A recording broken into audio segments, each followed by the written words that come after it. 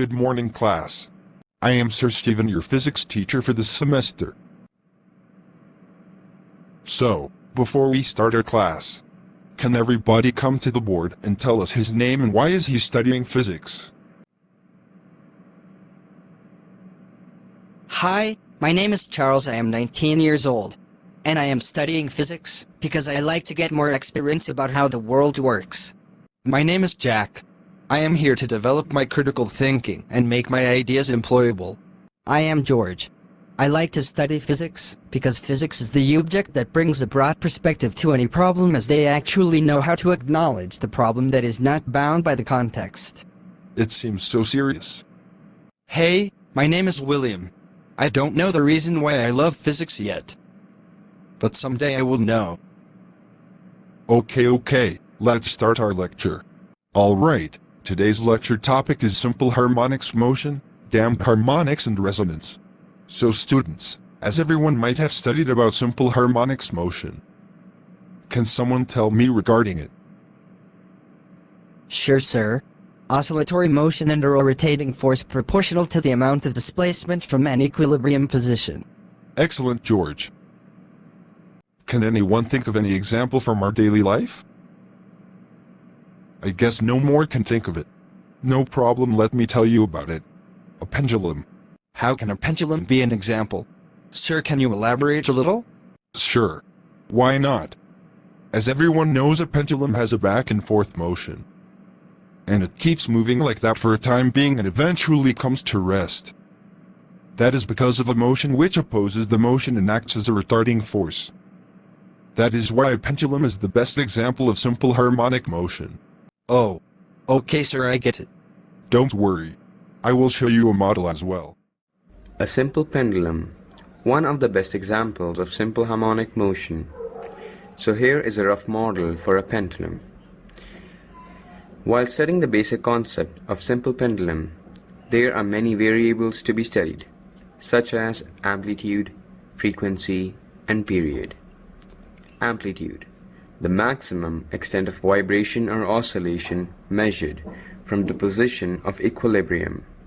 As we can see, when we take a marble to one extreme point and set it free, it starts to move from one point to another. This is known as its amplitude, meaning the distance from its rest position to one extreme point. Frequency. It is defined as the number of times an event occurs per unit time, meaning the number of oscillations or vibration in a given time period. Period. The time taken to complete one vibration is called as time period. As we can say, it is the time needed to complete one cycle of vibration at a given point. But now, when we consider two different pendulums of different lengths,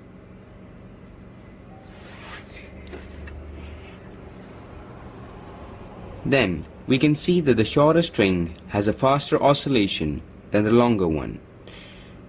Hence, the length affects the properties of a pendulum. Now, related to simple harmonic motion, we have damped harmonics. Can anyone tell me about that? Yes, sir, I know.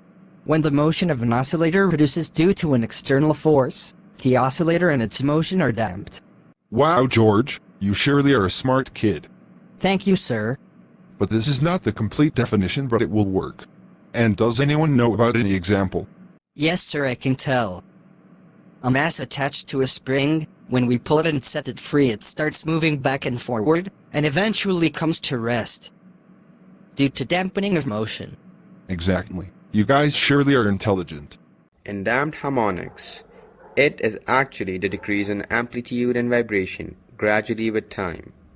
For more clarification, we can consider a simple pendulum for this as well. Now, we are going to note the time from when we're going to take the marble to one extreme point and set it free, and going to see that it comes back to rest.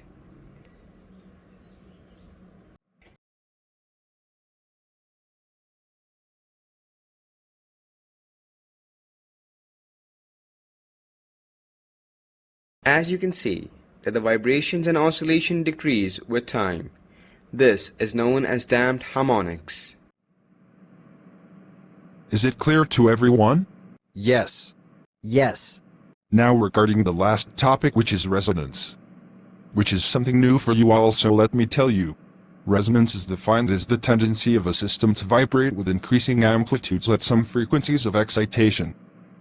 For example, we can consider a system of a few strings attached to a mass. When we move one string, then that vibration is passed on to the neighboring strings due to resonance. Another good example is of a guitar. When a musician is playing a guitar, the vibrations from its string produce certain sounds, which is also because of resonance. A good example of resonance is by using the concept of series of swinging spheres. As you can see, I and my group members have made a model out of recycled items, in which we have attached marbles with threads and hang them inside a shoebox. Now, when we move one of the marbles, it produces waves that resonate and make the other marbles to vibrate with increasing oscillations with time. As you can see, hence acting as a good example of resonance. I understood, sir.